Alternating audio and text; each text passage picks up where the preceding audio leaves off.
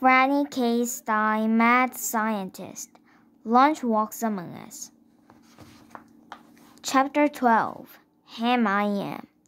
Finally, Franny walked solemnly across the room and washed snips of ham and smears of mustard off her hands in the sink. She sighed a deep, satisfied sigh and turned to gaze on her creation. There, standing motionless in the middle of the classroom, was a giant monster thing made entirely of glistening, delicious bologna, salami, pickle loaf, and ham. The time had come to provide this creature with the awesome power source it would need to come alive. Franny grasped its salami nose and slid 2 batteries up its nostrils. "Awaken!" she commanded. The creature's eyes slowly opened. It growled and looked at Franny. The kids clung to one another in fear. "The flagpole," Franny ordered, and the creature began walking stiffly toward the wall. With a mighty punch, it smashed its way through and headed outside. "Brad!" Franny yelled, and the kids, following Franny's plan, began pushing the pile of bread over to the base of the flagpole.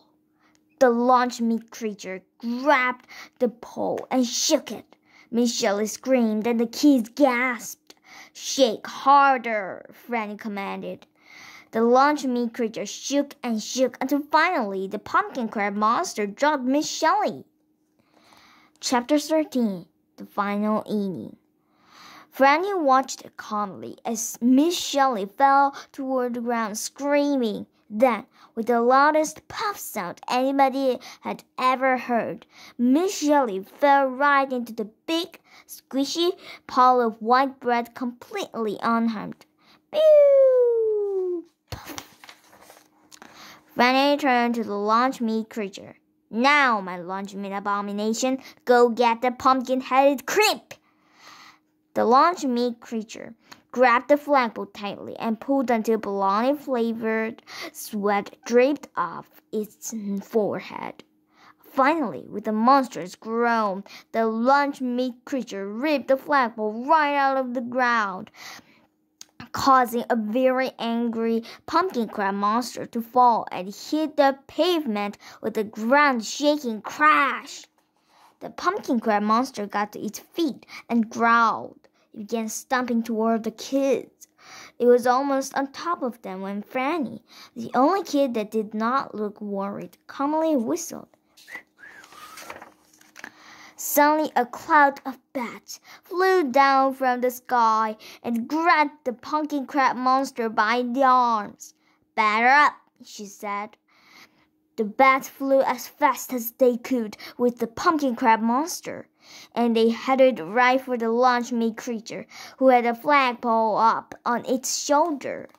The bats dropped their burden just in time for the lunch meat creature to bring the pole around like a giant baseball bat and connect with the pumpkin crab monster as if it were a giant stinky softball.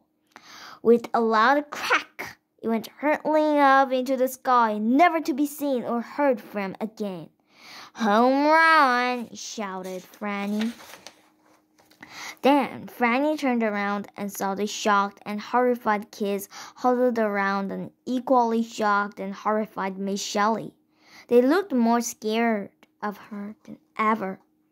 Franny had a sad, sinking feeling that she had saved the day but had lost all of her friends.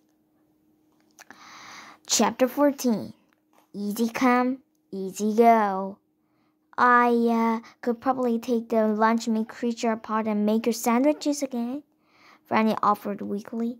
"I'm sorry about the flagpole, Miss Shelley," Franny said, "and about the wall my lunch meat creature smashed through."